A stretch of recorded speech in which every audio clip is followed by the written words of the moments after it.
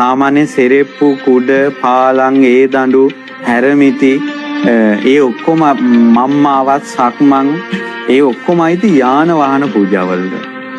එකෙන් ගොඩාක් සංසාරේ සැප ලැබෙනවා.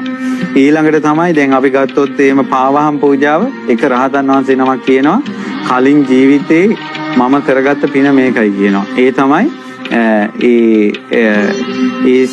ඒ ස්වාමීන් වහන්සේ කලින් ජීවිතේ ඉඳලා තියෙනවා මේ එක උපාසකෙක් වෙලා යාගේ පුතා පසේ බුදු වෙලා. ඊට පස්සේ තමන්ගේ පුතා හොයාගෙන යනකොට මේ පසේ බුදුරජාණන් වහන්සේ පාරේ අවුවේ වඩිනවා. වරිනෝට ඉක්මනට අර උපාසක මහත්තයා තමන්ගේ පාවාන් දෙක ගලවලා අර ස්වාමීන් වහන්සේ ඉස්සරහා තියලා පූජා කළා. පූජා කරනකොටම හිතුවා එම්බා පාවාන් සංගල නුඹද මාව දුකෙන් නිදහස් කරත්වා. එම්බා පාවාන් සංගල නුඹ මාව නිවනට රැගෙන යත්වා.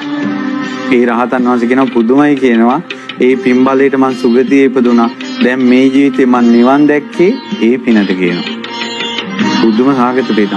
කකුල් පැලෙනේවා පයේ තියෙන වේදනා දන හිස්වල වේදනා ඇවිද ගන්න බැරි ප්‍රශ්න ඒ කර්ම යට යනවා කියනවා පාවහම් පූජාවෙන්. ඊට පස්සේ තියෙනවා ඡත්‍ර පූජාව කුඩ.